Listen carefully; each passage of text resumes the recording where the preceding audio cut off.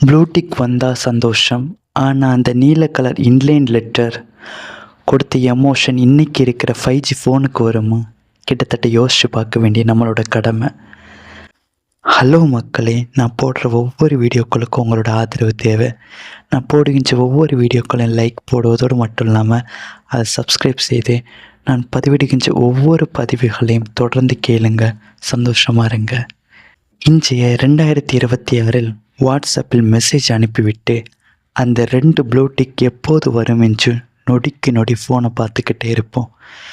வினாடிகளில் தகவல் செஞ்சுவிடுமே.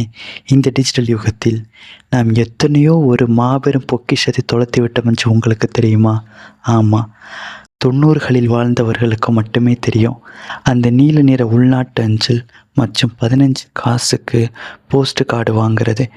ஏன்னா அதில் இருக்கிற எமோஷன் இன்றைக்கி இருக்கிற வாட்ஸ்அப் மெசேஜில் கூட வராது.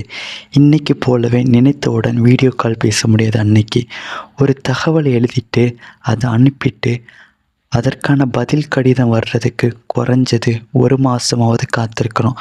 ஒவ்வொரு வேலையிலையும் தபால்காரன் வீட்டுக்கு முன்னாடி வந்து கிளிங் கிளிங் சவுண்ட் போடும்போது அத்தனை வீட்டில் உள்ளவங்களும் வெளியே வந்து நிற்பாங்க. அப்போந்தான் அவங்களோட எமோஷன்ஸும் அவங்களோட உண்மையான புரிதலும் அவங்க இன்னொருத்தங்க கிட்டேருந்து பதில் வருமா வராதாங்கிற காத்துக்கிட்டு இருக்க ஏக்கமும் அந்த டைமில் தான் வெளியே வரும். கடிதம் வெறும் காகிதம் மட்டும் இல்லை, அது ஒரு மனிதனின் உணர்வு. எழுதும் நபரின் மனநிலையை அவர்கள் எழுதுகின்றவர்கள் அவசரமாக எழுதுகிறார்களா அல்லது பொறுமையாக எழுதியிருக்கிறார்களா என்பதை கூட அவர்களுடைய எழுத்தே காட்டி கொடுத்துவிடும். அம்மாக்கள் தங்களுடைய மகன்களுக்கு எழுதுகின்ற பொழுது அம்மாக்கள் எழுதுகின்ற ஒவ்வொரு கடிதத்திலும் அவர்கள் தங்களுடைய மகனுக்காக எழுதுகின்ற பொழுது அவர்கள் கண்களில் இருந்து சிந்துகின்ற ஒவ்வொரு கண்ணீரும் அந்த பேப்பரில் படுகின்ற பொழுது அந்த மை கொஞ்சம் அழிந்து காணப்படும். இது 1000 வீடியோ காலுக்கு சமம் அன்னைக்கு உள்ளது. இன்றைக்கி நம்மிடம் விலையுயர்ந்த ஸ்மார்ட் ஃபோன்லாம் இருக்குது. ஆனால் உறவினர்களிடம் பேசுகிறதுக்கு பொறுமையே இல்லை. பிறந்த நாள் என்றால் உடனே இன்டர்நெட்டில் போயிட்டு கட் அண்ட் பேஸ்ட் மட்டும்தான் பண்ணுறோம். இதனால் நம்ம எந்த எமோஷனோ எந்த உணர்வுகளையும் மற்றவங்களுக்கு கொடுத்துட முடியாது. பழைய காலத்தில் வந்த கடிதங்களை இரும்பு பெட்டிக்குள்ளே வைத்து பல வருடங்களாக பொக்கிஷம் போல் நம்ம பாதுகாத்தோம்.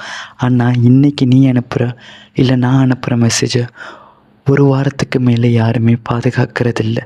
அதோடு மட்டும் இல்லாமல் கிளியர் சேட் கொடுத்துட்டு சேட்ஸே நம்ம டெலீட் பண்ணுறோம். நீங்கள் இப்போ உண்மையை சொல்லுங்கள், நீங்கள் கடைசியாக எப்போ உங்களோட கைப்பட கடிதம் எழுதுனீங்க? உங்கள் வீட்டு ரங்கு பெட்டிலையோ அல்லது இரும்பு பெட்டிலையோ பழைய காலத்தில் எழுதின கடிதம் இருக்குதா? அதை இப்போ வாசிச்சா உங்களுக்கு என்ன உணர்வு கிடைக்குங்கிறத கீழே இருக்க அரட்டை பெட்டியில் பதிவிடுங்க. மீண்டும் உங்களை அடுத்த வீடியோவில் நான் சந்திக்கிறேன். பாய்.